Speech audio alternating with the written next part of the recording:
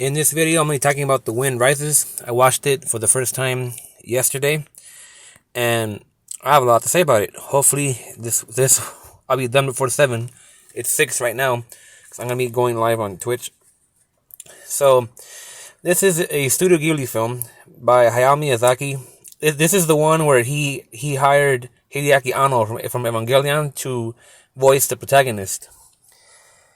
I think that Anno has a unique voice, but I think he could have shown more emotion in his character.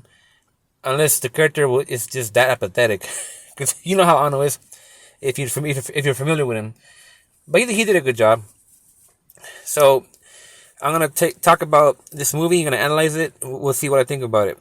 So, the dream sequence was incredible. I've been watching a lot of anime with CGI lately, so it was beautiful to see this 4-minute scene where everything was hand-drawn exquisitely. From the start up of the plane, the working of the parts, the sunrise, the showing of the farmland, the people in their houses, with each with their own unique faces instead of just generic blank dot expressions. It just goes to show you the power of Studio Ghibli's animation. It gets a bit strange when you see this giant ship that seems to be carrying these strange anomalies like a puppet master. The kid's plane gets hit by one and blows to pieces. Before he hits the ground, he wakes up. Yeah, that was so. This is this film is like Paprika, which is a film I want to talk about, but I have to rewatch it. I don't remember it. And the connection is it's about dreams. So another cool scene is where he saves the kid who was getting bullied and body slams the bully. In the next dream, the kid runs into the famous plane architect. The Count tells the boy it's his dream too, and shows him war planes that are about to go off and bomb the enemy. The architect says most won't come back, but the war is almost over. Then he gets picked up by a plane and tells the kid to come with him. The inside of the plane has an interesting decorative design. I like a specific quote here about dreams when they climb to the top of the moving airplane, where he says, "Of course we can't climb here, but dreams are convenient. One can go anywhere." This kid is also aware early on he is dreaming. That's something that has always fascinated me about dreams, when people become aware that they are in a dream. After he wakes up and his mom is there, it's revealed the kid is named Jiro. He tells his mom he wants to create planes, and she is supportive of it. Next it appears Jiro is an adult now, and meets a girl after almost losing his hat. This is where we finally get to hear Hideaki Anno star in his main role. Then comes the earthquake scene, another part beautifully animated to show the destruction. Jiro runs into the girl again, and it looks like her mom's leg is broken. Now, I don't know if that really was her mom or not. So Jiro applies first aid, however he can, by tying the leg with his compass or his ruler to straighten it out, and tries to carry them to safety. I'm always amazed at the hospitality, morals, and sense of justice, and always doing the right thing that Ghibli characters like Jiro have. You just don't see that kind of thing here in America. People don't care about people here.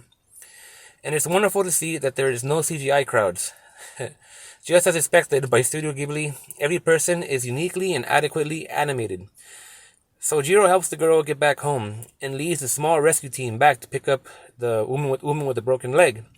Once they get to the mom, or whoever she was supposed to be, and Jiro just suddenly leaves. The people are grateful for him, but they didn't even manage to get his name.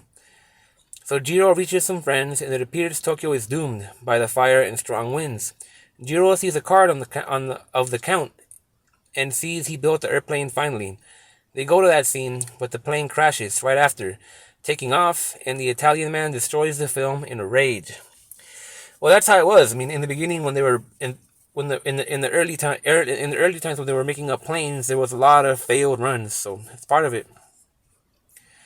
Eventually, the parts of Japan that got destroyed get slowly rebuilt. Jiro is now in school and gets a package. It's from the woman with the broken leg he helped. Somehow, they were able to track him down. He runs out to try and meet the woman, but she is gone. Once he gets back home from school, he is told he has a guest. He runs upstairs and they make it appear like it's the young girl from the earthquake scene, but it's just his sister. They haven't seen each other in a while, and she is mad that he never visits home. Further on ahead, Jiro goes to Germany, and the Japanese there are met with prejudice by the German people. They aren't allowed to look at the German technology at first, but they let them eventually. Afterwards, the Japanese are told to go back, but they want Jiro to stay and look at the world. Jiro falls asleep in the train, I'm assuming, and has a dream where he meets the Italian Count again.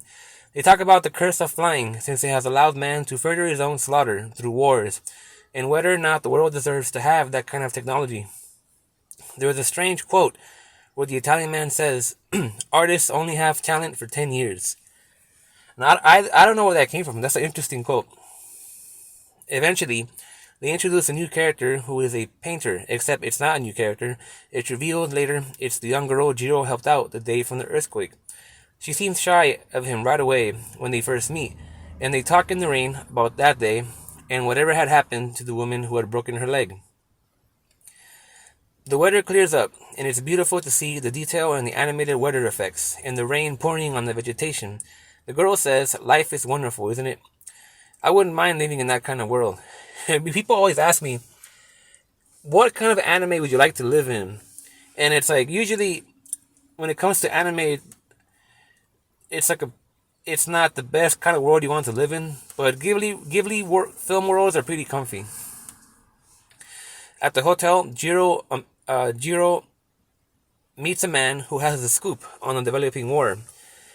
So this guy that he meets, he seems to know a lot about what's going on, but he's very mysterious, because in the end he ends up kind of disappearing.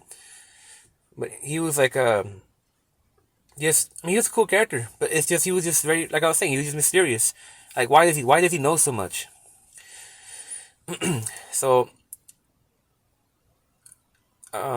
he was supposed to meet with Naoko, who is the young girl that he meets now that she helped during the earthquake. And Naoko was falling sick. And there's a fun scene where Jiro is flying his plane origami, and then Naoko laughs at him as he crashes into bushes trying to catch it, as well as Naoko's hat that flew off. So yes, so Naoko is sick, but he does manage to bump into her by accident. The scene gave me some anxiety because the characters keep putting themselves in positions where they almost fall off buildings. Eventually, Jiro talks about being in love with Naoko, and the dad gets understandably surprised. I really love the next part, where Jiro and Naoko express their feelings for each other. There was a shocking reveal that Naoko tells Jiro that her mother died of tuberculosis, and that she has contracted it too, unfortunately. Jiro accepts it.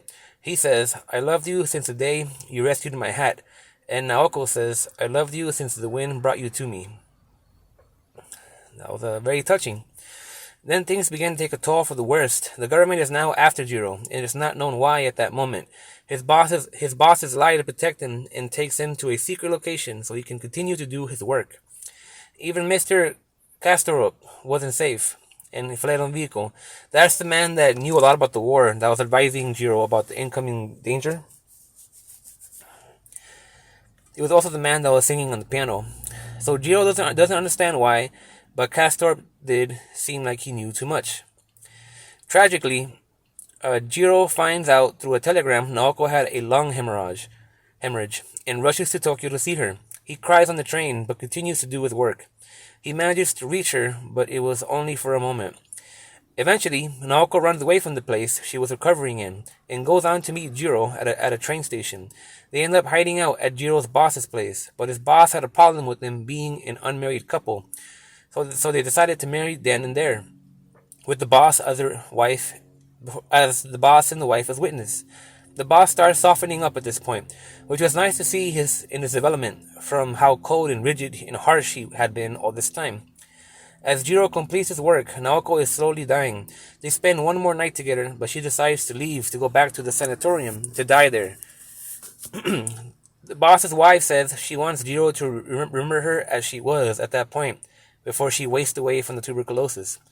Jiro's sister tries to stop her, but she's told to just let it be, and cries.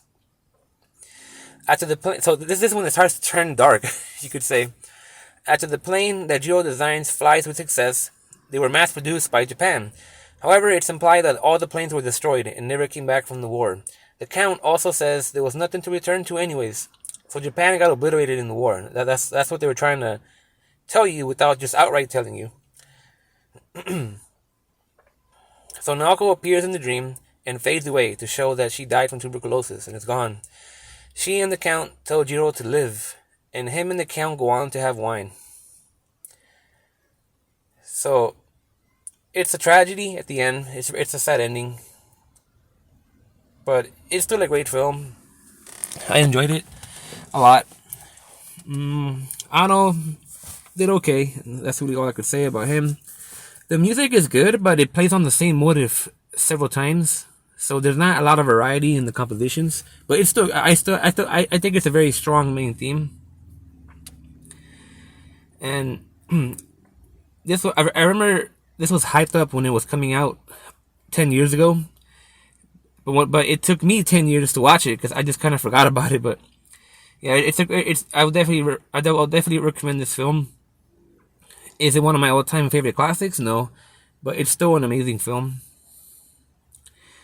So that's what I got. If you guys want to know what I'm doing in the future, I'm currently watching Dirty Pair. It's really good so far.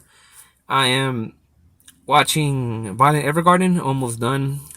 Bad Love is over. So I already did my review on Bad Love. Back Arrow and Wonder Egg Priority are still going on. And I'm debating whether or not I want to watch the Code Geass remakes. I'm debating because it's an alternate timeline. That's what I got.